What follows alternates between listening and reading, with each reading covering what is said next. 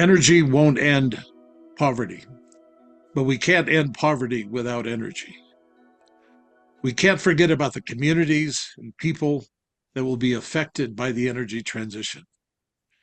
The concept of just transition has been around since the 1980s, when it was used in a movement by the U.S. trade unions to protect workers affected by new water and air pollution quality regulations. In recent years, the concept has gained traction with reference to meeting climate goals by ensuring the whole of society, all communities, all workers, all social groups are brought along in the pivot to a net zero future. The International Labor Organization, or ILO, defines it this way: greening the economy in a way that is fair and inclusive as possible to everyone concerned, creating decent work opportunities and leaving no one behind. These are the conversations that are sometimes uncomfortable, but we must learn to be comfortable with the uncomfortable if we're going to find common ground. You can't leave sustainable development goals behind while battling greenhouse gas emissions. The future of energy means a more equitable distribution of affordable and low carbon energy for all human beings on the planet. In this episode, we talk to Ean Tafoya of the Colorado chapter of the GreenLatinos. All right. Well, hi, Mr. Tafoya. Thank you so much for joining us on this episode of the Energy Transition Podcast. We're so happy to have you here. Yeah, thank you for having me today. Can you tell us a little bit about yourself, about the Green Latino organization, and what attracted you to get involved with the cause of the movement to win our environmental conservation and climate justice battles for the Hispanic community? So yeah, my name is Ean Tafoya, born and raised in Denver, Colorado. Started my career as a teacher, went on to work for three branches of local government. I've run for office, including mayor of Denver. And I've worked on a bunch of different ballot issues around the environment and other issues like democracy and fair and free elections. And I really found my way to GreenLatinos because the state of Colorado and the city and county of Denver made the decision to widen a highway through the community I grew up in for the second time in 50 years.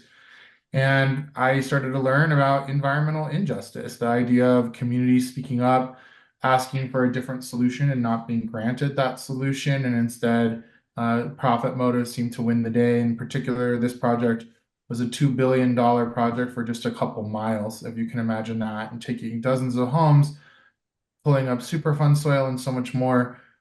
I first started to learn about that project when I was working at the city. I staffed the Land Use and Transportation Committee for the Denver City Council. And I was like, whoa, like this project's wrong. So I quit my job. I ran for office at 28 years old. I challenged the project, sued the state of Colorado, filed National Environmental Policy Act lawsuit, Clean Air Act lawsuit, and a Title VI complaint for discrimination.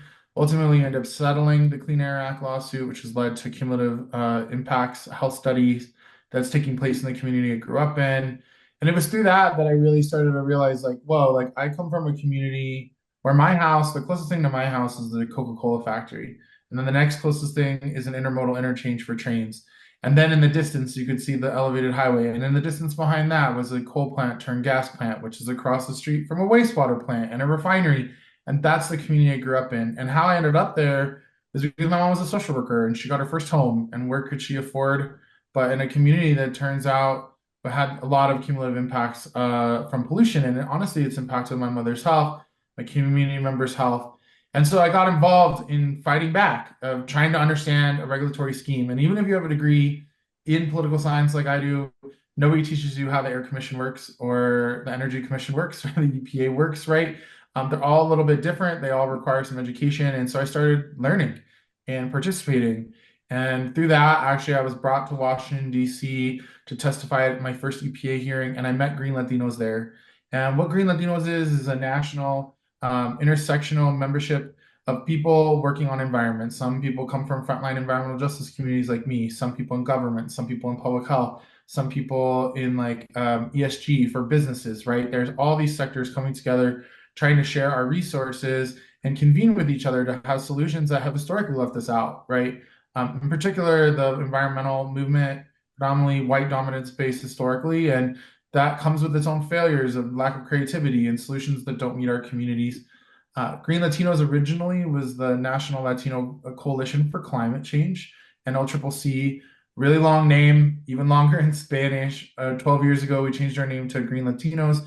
And I had the honor as a member to start the first state-based Green Latinos Colorado. It'll be 6 years old in May. And now we actually have 5 states, Texas, New Mexico, Illinois, and California. And we are intent on continuing to grow our state-based work, predominantly work at the federal level, founded in DC, right? We're in EPA and regulatory and legislative and working in that place. And then at the state level, we work on state issues, state legislative issues. I personally had the chance to work on a bunch of laws, including the Environmental Justice Act. The Environmental Justice Act of Colorado also created a task force to reform more than a dozen state agencies. And I was appointed by the Speaker of the House. I ultimately served as the chair of that task force. And so really our guiding principles are alignment with the national priorities, but also this roadmap that we've laid out for environmental justice. And one big thing I guess I'd just close with is saying, like, I approach it all through being a teacher first. We need to teach people about public health. We need to teach people about permits. We need to teach people about zoning. Again, nothing that you get in school. And so we have to find a way of turning that into action while also creating space in a culturally informed way for people. And I have been very honored in my time when I took over. I said, there's no way we can call ourselves Green Latinos Colorado unless we go all across Colorado. I've been to all 64 counties. I've met with community members, and we're here to support them in their local fights and then to bridge them into state and federal policy. Wow, that's incredible. Thank you. Okay, so my next question here is that just transition is a huge part of the energy transition. And from the perspective of the Hispanic community, what are some of the key issues in the past, the present, and the future about bringing about a just transition for all of us? Well, I mean, just transition, incredibly important. I'm glad that that's like a buzzword and we're talking about it. I can tell you what it doesn't look like. My mother was a phone operator before she became a social worker when I was younger. And she was you dial zero, you got my mom. And then when they automated, they were bought by a California company when they automated what being an operator was. And one day we woke up and my mom was laid off and we lost everything. I mean, literally everything. We ended up dependent on our school bus, on a bus, because we had to pawn our car. We had to move to an affordable housing project, and really, that was an eye-opening experience. That's not a just transition, right? All of a sudden, you have a job one day, you don't the next, and so the just transition can be approached in a lot of ways, both to workers, to the surrounding community who's been impacted by pollution, to the tax base that supports the local community from industry. I think all of those pieces need to be accounted for. In North Denver, where I come from, it's on this border. And what I found is that injustice kind of thrives in the frontera, and the injustice is in this borderland of jurisdictions, whether it's the EPA and the CDPHE or the city and county of Denver and Commerce City. Everyone's pointing their fingers, but meanwhile, the polluters continue to get away with things, and there's harm that's reaped on communities. And so, a just transition takes into account what the workers need. We have a just transition office here in Colorado. We participated in driving comments for a survey the first time for a coal plant that was closed in northern Colorado. The number one things that the community members said they needed, they wanted health care for at least 3 years. They wanted guaranteed health care. They wanted money to relocate for a new business, money for an education, or money to start a small business. Those are like the three things they asked for. Those are doable things. And we need to be talking to the major corporations who are benefiting for how they can compensate for that. And so at the Public Utilities Commission, this plays out a lot, especially as you're talking about transitioning from coal to renewable energy. Now, there's other instances where I think just transition, some would say, okay, you take a refinery, but you turn it into a biodiesel facility. Is that better or for worse for the surrounding community? When it's burned at the end, when it's produced, it still has toxic benzene and other chemicals that come off. It has less of a climate impact, so it's better for everyone, but the localized community maybe not seeing any real change in benefits for the community. So is that just transition? Is that not? Similarly, when new emerging technologies like carbon capture or hydrogen or geothermal come in that all require their own kind of permits, where they're placed in this intersection between housing, low-income housing, affordability, and toxics, like the interface. And in my mind, it comes back to zoning in the past, um, without really addressing the fact that these are where industrial sites are, so that's where new businesses are going to go. And at the same time, in gentrifying communities like mine and across the country, you have more and more people being put in harm's way. And those people ultimately, that's stealing the American dream for them. It's lost days in school. It's ability for them, for children to focus in school. You have to miss work. You have medical bills. You just can't save, right? You're not getting ahead, and that's not what people want. And so trying to find a balance there that protects health, and counties are paying on the other side in Medicaid costs, and people don't often account for that in the balance of how they're connected to each other.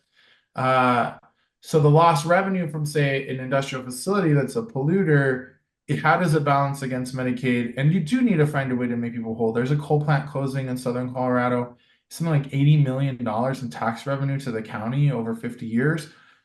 Who has to pay for that? The rest of the ratepayers, the company that decided to build a coal plant in 2005 or something like that. Like, that's a lot about who it accounts for. So that's a piece of just transition.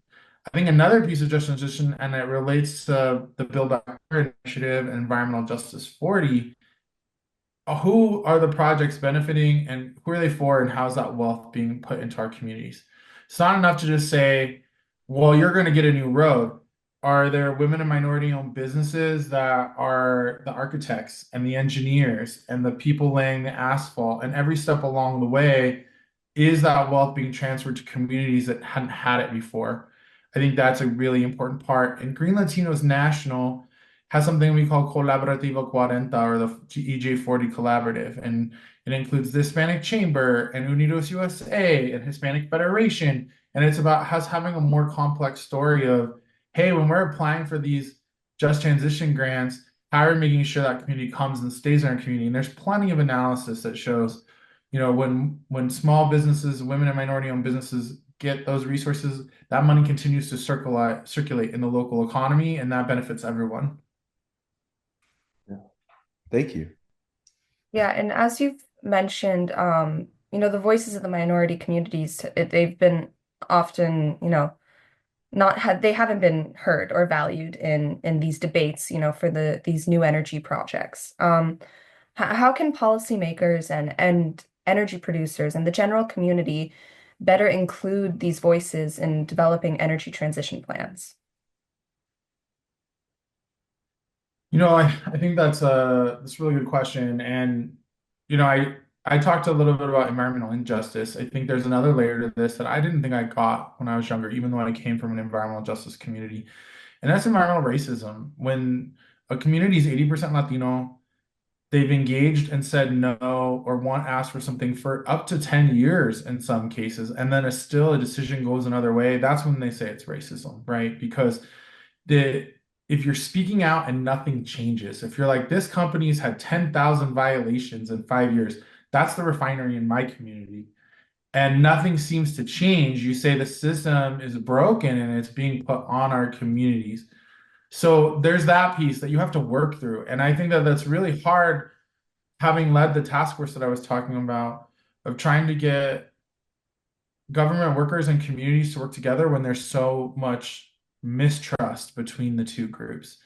And realizing that, hey, like, I didn't make this laws 100 years ago. I didn't approve that air permit 10 years ago. Like, how can I be of help, and what can I do now? I think is really important.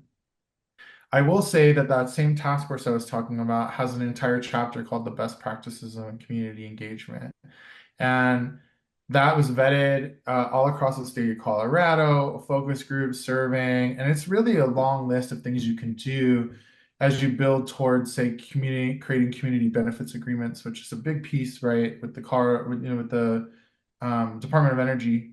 I had the opportunity last year to speak at Justice Week for the Department of Energy, and I would say you can go online and see those YouTube links. There's a lot that you can watch about community benefits agreements and how those can work, to find a space that works for both communities. I think at the end of the day, and I was just having this conversation both in DC and here around permitting reform and siting for transmission and all these things. My personal belief, it's better to get siting right because then people aren't going to try to impinge or harm your permitting process, which every step along the way you can do things to delay. And rightfully so. I think the National Environmental Policy Act, Clean Water Act, Endangered Species, they're meant to stop the worst impacts, right? They're not a guarantee. I've gone to court on NEPA. We didn't win. There's a lot of deference to the state. And when I say the state, I mean like the government itself, the federal government, whomever is the decision maker. But if we can really work through citing that first avoids, right, minimize, mitigate that hierarchy. Avoid never seems to be on the table, and mitigation isn't just planting trees. Right? And I should have mentioned this earlier in Just Transition. I kind of did, but like workforce. Like if you work in a toxic place and live in a toxic place, who's liability? Right? So we need to be pushing for projects that legitimately have real verifiable stack testing and other things. Like if you're going to retrofit an energy project and you're like, oh, well, this is going to get out coal pollution, prove it. Prove it. Show me the stack data, show me the fence line data, make those investments in the beginning, because that's really what you have to have in combination with the local community for them to truly trust. In particular, if you come from a community like I do, and that community, we released a report this last year. I talked about my one refinery.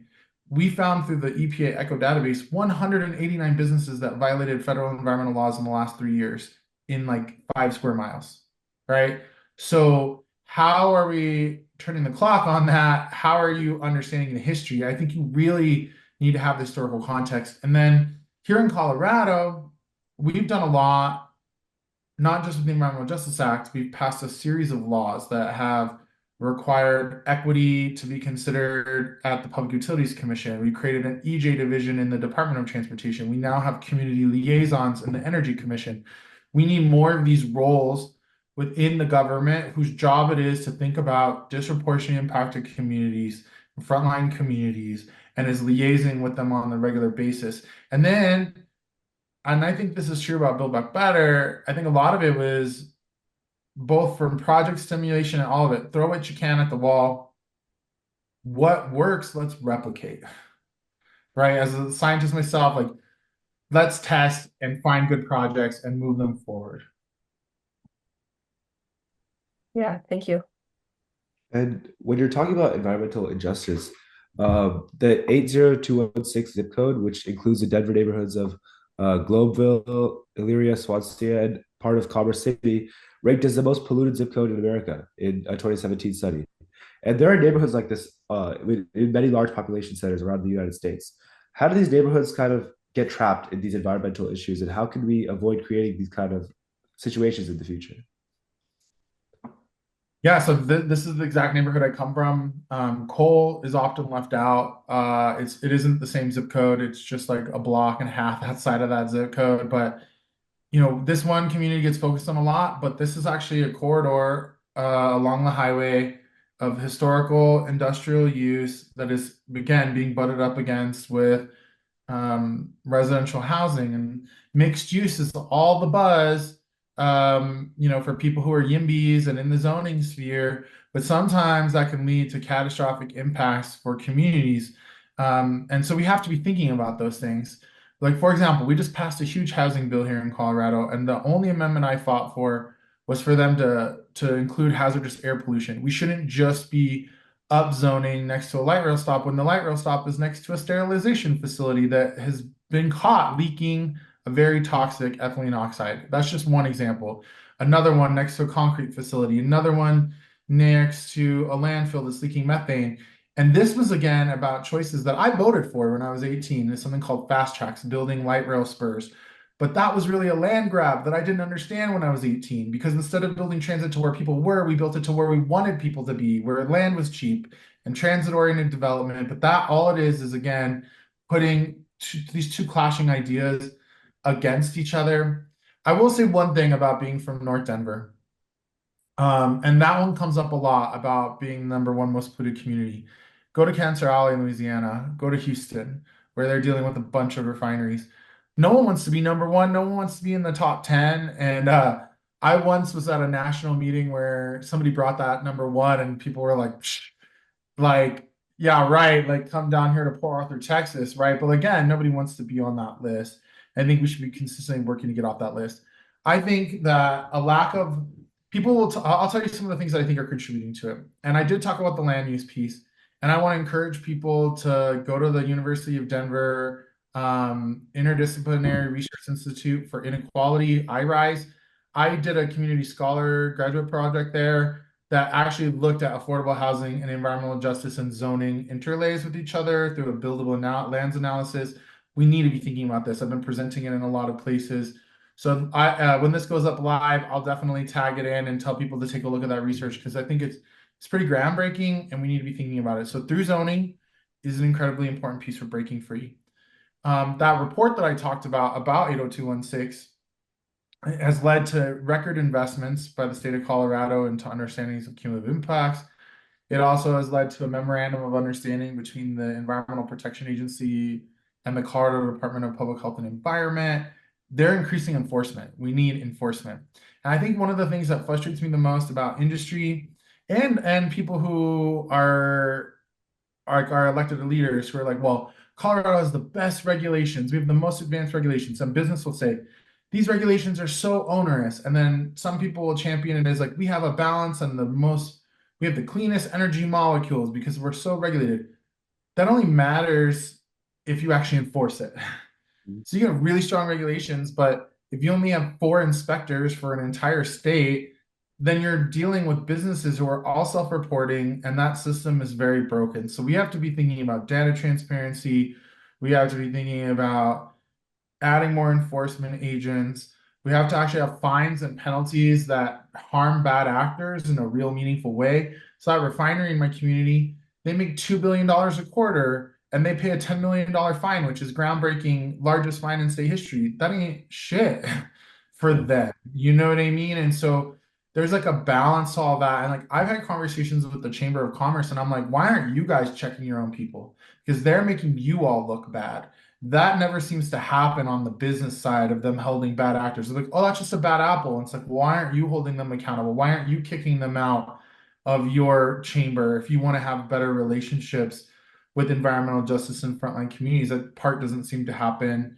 I think ultimately the task force that I chaired, which has 10 chapters in it, is our roadmap for freeing communities like 80216 from the harms that have been caused to them. It also includes chapter about tribal nations and empowering tribal nations. And so I think that every solution is slightly unique, but I can tell you, I visited an incinerator in Minneapolis last month in a community that's gentrifying. I've been to Long Beach, California. I've been to all these places, and what I see the same is an indifference and a broken regulatory scheme with lack of enforcement and zoning codes that don't serve the communities for the future.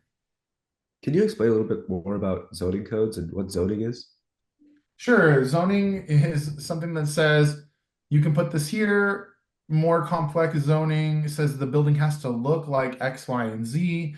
And so it says in this parcel, you can have light industrial or heavy commercial. And then because of that, it allows certain factories to come in. And where again, I was saying you have this like issue is in gentrifying and growing cities, the affordable land is adjacent to these properties. And so communities that are already overburdened, they're going to get the battery factory that's part of just transition, even though they also have the refinery and the recycling center and everything else in their community, instead of sharing that infrastructure to other places. Or they're going to get the new data center because it's zoned for there and because the utilities can actually deliver that much power because it's an industrial area. And I think I've had frustrations at times with my partners who live in these communities, and they're like, we want community land trusts and we want to own our own building and we want to put 600 units here. And you're like, but is this the place with 600 units? When in reality, in the healthy parts of the city where there's only single family zoning, if we were to change that and allow a 6-story building there, that is going to cost society less, and those people are going to be healthier in the long run. Yeah. Thank you. And Dr. Dominic Parker from the Hoover Institute on Renewing Indigenous Economics talks about the concept of white tape in his research on Native American tribal affairs. Could you help us better understand what white tape is all about? And does this paternal tendency of government apply to disaffected communities? Okay, so probably a lot of your listeners don't even know there's an entire code of law called Federal Indian Law that only applies to them. They also probably don't know that tribal nations tried to hold the government to account on the treaties, and they were found to be domestic dependent nations with, yes, a paternalistic role for trust to be held for tribal peoples by the federal government. People probably know that genocide was a part of the original conquest of Native peoples, my family included. And then it transitioned to allotment and the breaking up of land, the taking of children to boarding schools, the dissolution of our languages and our government. The Indian Reorganization Act of 1934 totally said if you want to get federal resources, that you have to disband your government and create a government in our image, which has equally the same amount of ability to be corrupted as ours in all the ways that you can possibly imagine. And then in places like Denver and other cities across the United States, there are resources offered to relocate to these major cities. And so in these major cities like LA and Denver, you see a pan-native identity. You know your tribe and perhaps you know some of your cultural pieces, but there's also this pan-native idea. And how those indigenous communities in urban settings are, they're often in these same communities that where it's affordability is the number one key and its connection to pollution is real. And so they've been marginalized, pushed out, pushed into communities, the harm continues. And there's been wealth that's been divested from communities. You see this in the lawsuits into the Dakotas and Oklahoma, and the resources that people have. And so this white tape concept, in my mind is you not only have to deal with the state you're in, and you have to deal with the federal government, there's interplay. There's this idea of the government knows best what's for you instead of for yourself. It can come back to that environmental racism, but that also doesn't mean that all projects from tribal communities are supported by everyone in the tribe either. I've met tribal leaders who are very against mining and milling, mining of helium, mining of oil and gas, mining of uranium. You have the Uinta tribes in Utah who all they want is to be able to trade more sticky crude that will bring 4 times the amount of trains through the neighborhood my mother lives in every single day, right? So there's far-reaching impacts from these decisions that are made. And I think with white tape, there's I have to get a permission to do all these when you're supposed to be your own nation and you're supposed to be making your own decisions. I think there's certainly been a lack of investment. I will say that the Build Back Better initiative and the tribal summits and seeing Deb Haaland be the Secretary of Interior, which has the Bureau of Indian Affairs, I think it is a transitioning point that I hope we don't regress too far from in this next administration. It's very inspiring to me. I myself am Dinde or Hickory Apache and Okewinge, which is a Tewa Pueblo, and she's a Tewa Pueblo. It's amazing to see that kind of leadership from our communities. I can tell you from the EJ task force with Colorado that we wrote the EJ Act to include the Southern Ute and the Ute Mountain Ute. And then when the tribes were contacted by the state, they're like, nah, we don't want to participate. And the state was like, cool. And we were sitting on the task force and we are like, fuck no. If we're going to talk about truly turning the page of environmental injustice, it goes all the way back to the stealing of the land and how these resources are. And so we created our own new subcommittee and we broke it into 2 parts, one dealing with the tribal nations and the other dealing with urban populations of indigenous people and trying to make sure that the best practices in community engagement apply to the indigenous populations and that we were fighting for real consultation to take place between our state government and we need to be transferring resources. I think part of the reason why a lot of the tribes say no is because they just simply don't have the resources to pay another worker to be involved in another thing. And so if we're pushing for our state to consult on everything, but they don't have the resources on the other side, then they're not actually meeting equally. And so we need to find ways of transferring resources to them. Certainly, where I find it complicated, in particular for the Southern U, and we try to support the Southern U, is I was talking about the allotment earlier. That's where they took all this cumulatively held land, um, and then they broke it into pieces, like 40 acres and a mule. And they said, this is your pathway to freedom, is through ownership and hard work, right? Which was different than the collective ownership. But now, as a result, you have land enclaves inside of it. They call it a checkerboard. Think of it. This is Indian land, this is private land, and how in those state lands, how is the state of Colorado regulating, and where does the tribal authority go? And does the state allow underground water aquifers to be harmed, or pore space for carbon, or you name it, right? Like there's interesting dialogues that are going on there. So when we decided to go meet with the tribes, they have a quarterly meeting between the state and the tribes. I went to it and I just gave public comment, and I was like, hey, my name's Ian. This is who I am. I'm the chair of this. I want you to participate. I'll be back. They invited me to the next one. I drove to Southern Colorado. I went there. I did what my ancestors taught me. I took bundles, and I was grateful to be there. I was on the agenda for like 15 minutes. We talked for an hour. In the end, they agreed to participate. And why I think is because we made that extra effort. What I told them is, I'm in by my government to make my government change to help yours, right? And they kept saying like, well, the Southern U were like, we don't have as much like legacy environmental injustice stuff like the Ute Mountain where they have a uranium mill. And I was like, but you're thinking about it all wrong. It's not just about the past, it's about going forward. It's about the resources you can access. It's about making sure that your water's clean, that your infrastructure is good, that you're owning and having more sovereignty. And I think we need more of that. We need more of asking what they need. We need more of giving them resources.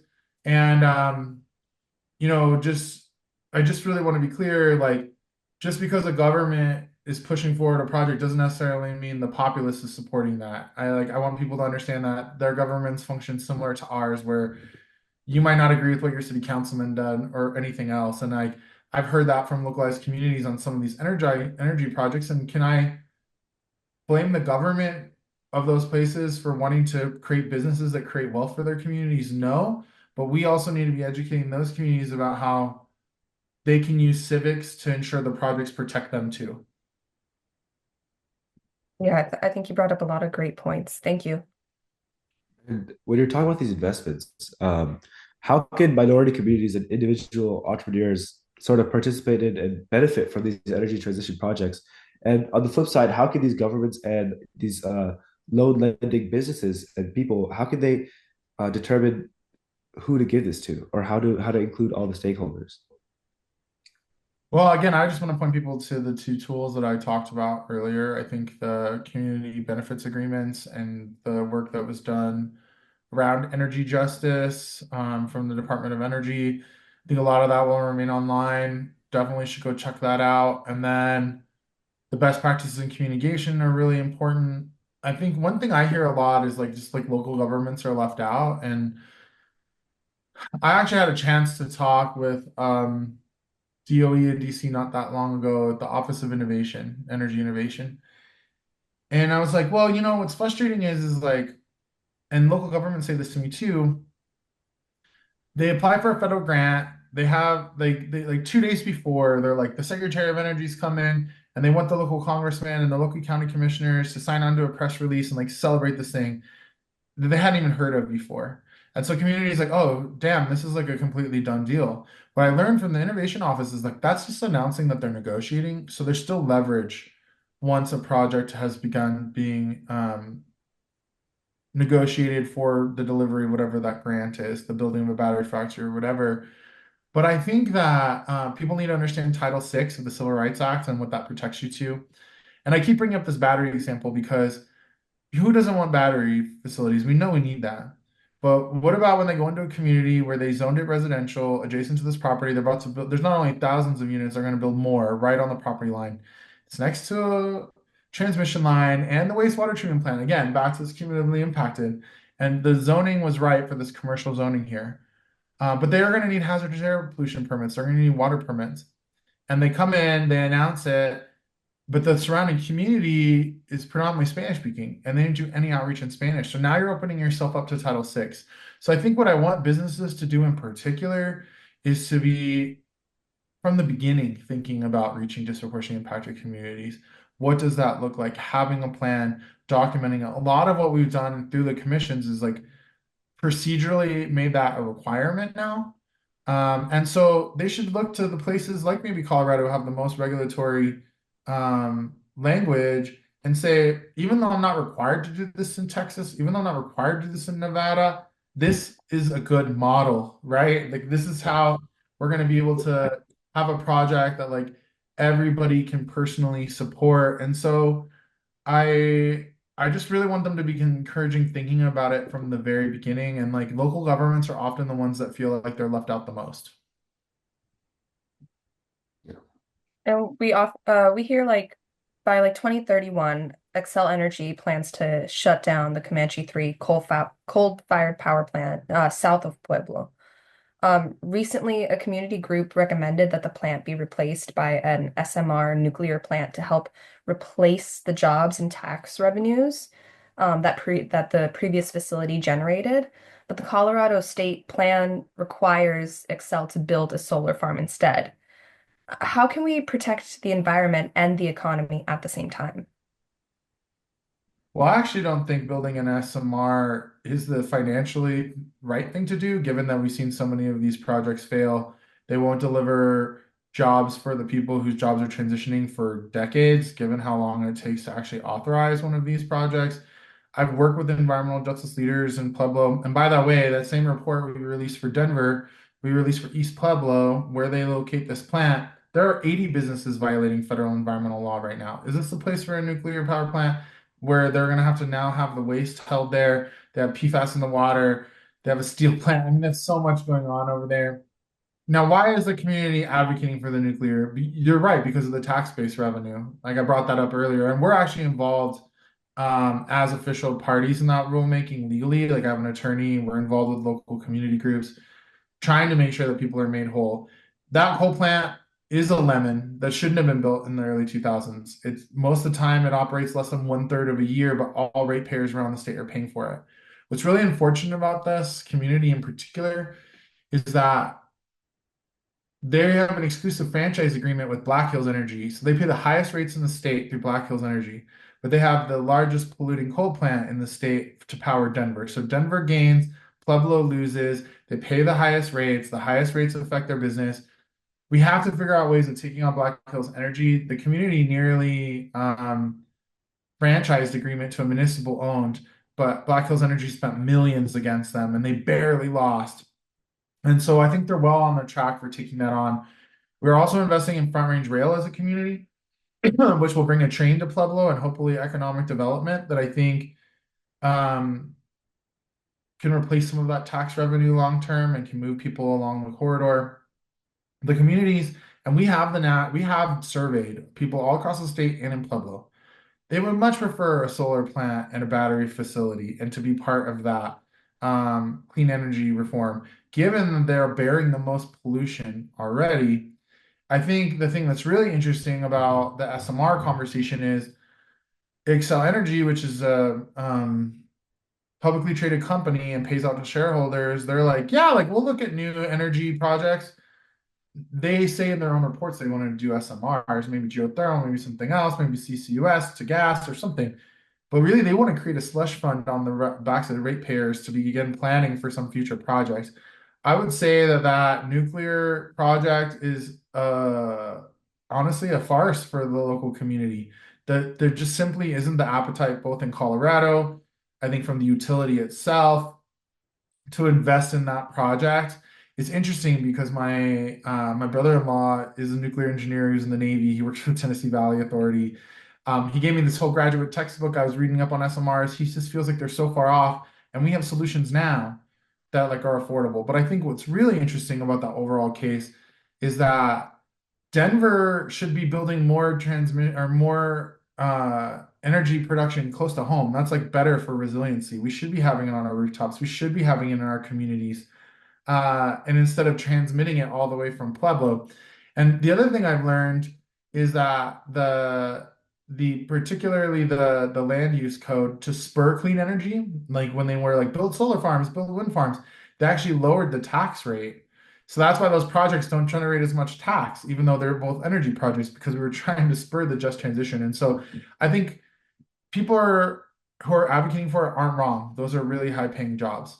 But are they the jobs that the people who are there now have the education or are going to even be there 20 years from now when they get to that place? I'm just like, it just feels disingenuous. But the problem of the big tax hole for the county is real. And personally, I would pay a little bit more as a Denverite who gets that power for it to be clean energy instead of continuing to have more harm into the future for a community that's already burdened. But I really think this company that is publicly traded and gives out dividends should bite the bullet. Yeah, thank you. And these new industrial projects, they tend to locate in previous industrial sites when they claim that they're a benefit to their community with new jobs, like what you're talking about. But this just kind of prolongs their presence in the community and the pollution that comes along with them. And for example, you could take current investments in Pueblo, the solar farm and energy storage for Excel. And what is the right balance between economic growth and environmental justice for these communities?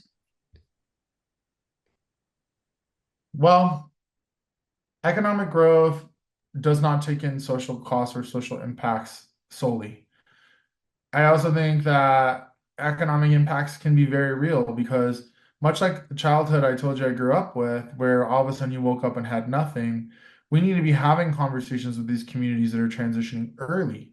When they say, nobody wants your teacher laid off, nobody wants you to not have a firefighter, nobody wants austerity for you. So we have to diversify your economy. We have to be forward thinking about this, and we all have to collectively um, support that financially. So we have this Office of Just Transition. I think it's now called the Office of Future Work, where we're trying to be forward thinking. In the Environmental Justice Act recommendation that the oil and gas pipe fitters and I co-sponsored into the recommendations was adding oil and gas workers to the Just Transition Fund, right? So as I mentioned to you before, we know what they're asking for. Again, healthcare, retraining, relocation, or support in starting their own business. This is what they want.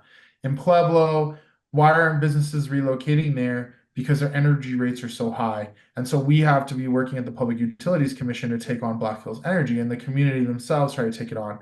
So I think the best answer to you is you have to come up with solutions that fit the needs of the community. And that also requires doing the research like we have about the lack of enforcement, the amount of violations, what are the overall cumulative burdens.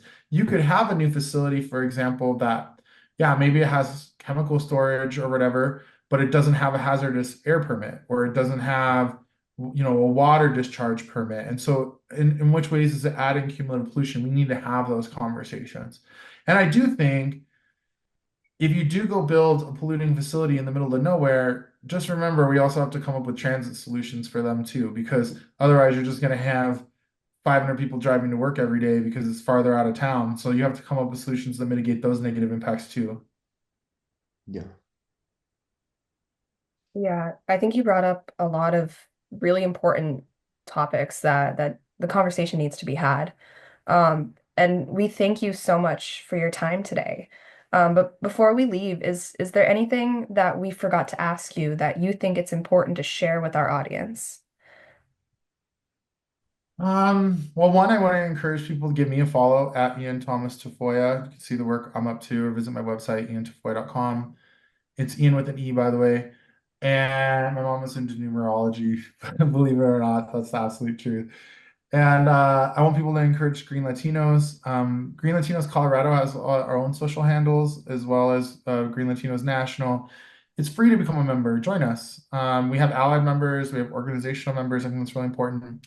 One thing that I didn't talk about, but I want to plug here that I was very proud that I did was go through the National Renewable Energy Laboratories Energy Executives Academy. They choose 20 Americans a year from all diverse backgrounds to go through this academy. It was many months long. I feel like I got up to speed on so many critical and advanced future technology needs. It's led to projects that I've developed around advanced clean trucks and modernizing the grid in the 80216 issue area. We've applied for congressional direct spends. The partnerships I made there were amazing. As I understand it, I think I'm as the first environmental justice leader to really go through the program. I want to encourage people, no matter what your background is, to look at that program. I applied 3 times before I got in. I encourage everybody to apply for it.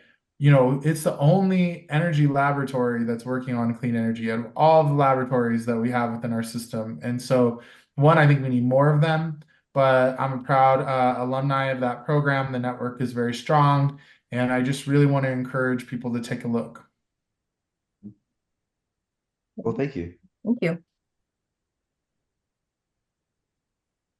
I thought of one other thing. I don't know if you can cut this in, but I thought one other thing, and that is you were asking the questions earlier about best practices for environmental justice communities in these energy projects. The White House Environmental Justice Advisory Council released a long report in October that takes a look at energy and carbon management and principles for working with environmental justice communities around those projects. I've referenced them in rulemakings here for the state of Colorado in the last 2 months, but I would really encourage people, to look to the White House Environmental Justice Advisory Council. I'm sure it is going to go away under this new administration, and environmental justice communities are doing our best to download and capture all that information, but it is that carbon management and environmental justice recommendations report is very, very valuable tool for anybody on any side of the issue. Ian started as a teacher. He ran for mayor of Denver, and he sees his mission is in education, and specifically in zoning and regulation, in permitting and and learning how to file protests and file lawsuits. Um, he has a wide array of interests. And Ian got started with a federal transportation project to widen the I-70 through his neighborhood, it was a $2 billion project for just a couple of miles of elevated highway. After that, he began participating in state regulatory agencies' reviews and oversight. He's also the first state officer for GreenLatinos. And one thing that I think it's important to highlight what he said was how inequality happens at the interface of jurisdictions, and everyone is pointing fingers at someone else. How can we overcome mistrust and a historical legacy of impact? Just transition includes things such as healthcare, relocation benefits, retraining, white tape, and a paternal attitude from federal agencies, which all present additional barriers. The example of the Secretary of Interior, Deb Haaland, under President Biden has been personally very inspiring. And no one wants to be on the list of the most polluted places, like, for example, Denver, North Denver, Cancer Alley in Louisiana, or even Port Arthur, Texas, for example. You can have the best regulations in the world, but unless you have effective enforcement, such as inspectors and fines, you won't make much progress. And community benefit agreements are a best practice in this case. Local governments are often left out, and Title V or Title VI also helps to protect communities. Economic growth often fails to take into consideration social costs. There's a need to be more forward-thinking and find solutions that really fit community needs. Ian is a NREL Energy Executive Academy graduate, where there are only 20 participants per year, and has really a positive experience about this. He really recommends the White House Environmental Justice Council resources for anyone wanting to learn more about the just transition process. Our second episode on the critical topic of just transition is with Dr. Richard Luarkey, the newly named director of the Native American Mining and Energy Sovereignty Initiative at the Payne Institute for Public Policy at the Colorado School of Mines. Dr. Luarkey is a member of the Laguna Pueblo Nation from central New Mexico. Talking to Dr. Luarkey helps us to take on a different perspective to the future of energy and of ourselves. He helps us think about the difference between stewardship and ownership, between a clean energy future and a not so clean energy past, and about a future that is not a gift from our forefathers, but is a loan for future generations. The Laguna Pueblo Reservation is on the site of Jackpile, an Anaconda uranium mine that from the 1950 to early 1980s was one of the largest known sources of uranium for the U.S. nuclear stockpile. But when it was closed down, people weren't thinking about the environment the way we do today. Just pushing dirt over the tailings and walking away was the solution for Indian country. Sit down and listen carefully. This is a conversation that you don't want to miss. I don't know if Native American rights has been the driver for me as much as it has been our opportunity and obligation to do better. And in that, I, at least from my community, and I always say, if you know one tribe, you know one tribe, we're all different. But we're taught that we don't have rights, we have responsibility. And so I think the rights thing is a foreign concept. That's a European concept. Ours is a responsibility. And so in that frame of mind, I look at how we as Native nations can begin to utilize our sovereignty differently. I think recently we've used it as a tool of protectionism versus empowerment. I believe sovereignty gives us our ability to self-determine, but we need to move to significance, and significance demonstrates our capacity to execute, to implement. And so in saying that, in this day and age of energy and economy building and reimagining what we can be going into the future, it's really inspired me to draw back on those cultural lessons, community lessons of how do we take our communities forward, utilizing the gifts of our Creator. And those gifts are everything from the minerals, everything that's in the earth, everything that's on the earth, everything that's around the earth. As you're aware, almost 2/3 of Native Americans across the country live in urban areas. They don't live on tribal lands. So how do we bring that talent to help our local tribal homes? I think that's really important. And so I think from this perch of being able to have access to the academic institutions, having access to industry, having access to tribes, how can we bring, if you will, a team of rivals together to build an industry and build a future that is second to none? And always keep in mind that who we work for, and we're working for those that are waiting to come into this world. And we want to make sure that we bring them into a world that has even more opportunity than we have, is safer. Our tribe, Laguna, at one point was one of the largest open pit uranium mine in the world, the Jack Pile Anaconda mine that ran from 1952 to 1981. And when the mines were in operation, we were pretty much at full employment, not only our community, but surrounding communities. When the mine closed, we went to about 72% unemployment. So it was a devastating hit to our community. But energy, has been a significant resource for our tribe. And I always say that our leaders, in the 50s, when they started the mining or decided to go into the mining, they were thinking about me, and I wasn't even born yet. And what I mean by that is they, as governor, I had the opportunity to look at council minutes from many years back, including that time when they were debating as to whether or not to enter into mining. And a lot of the conversation was about how do we provide for our community? How do we do for our people?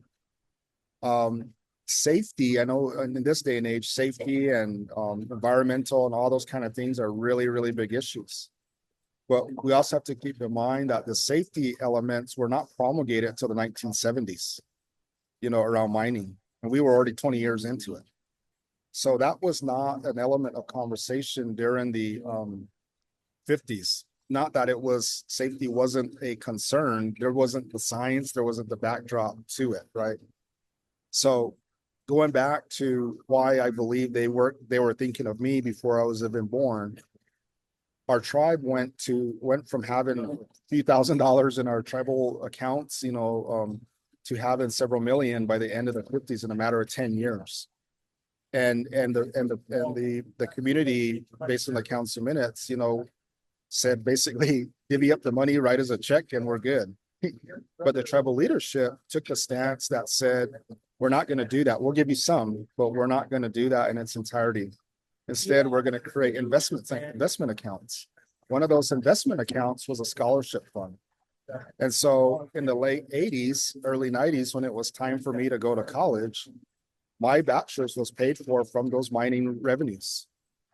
So, and including a lot of other tribal members. Mining and energy has been a challenge for our community, but it has also been a benefit. So leapfrog into this day and age, I see that right now, we, as well as several other tribes across this country, recognize the huge challenge that the new administration introduces or presents, but we also recognize the unprecedented opportunities. And I think energy becomes the catalyst for that, for tapping and unleashing that unprecedented opportunity for tribes.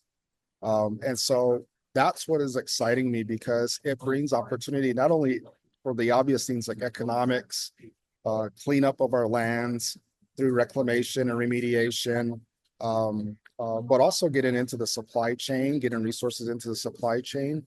But I think from a capacity building, it allows an opportunity for advancing research and science around minerals and energy. And it allows opportunities for tribes to transition, transform, and transcend from being the researched to being the researchers. Thank you so much for joining us for the Future of Energy. Special thanks to each of our guests today and to our technical wizard, Abhi, for his important contributions to this episode. Don't forget to subscribe to our podcast so you can automatically get access to all our new episodes. You can find us on Apple, Spotify, YouTube, or wherever you get your podcasts.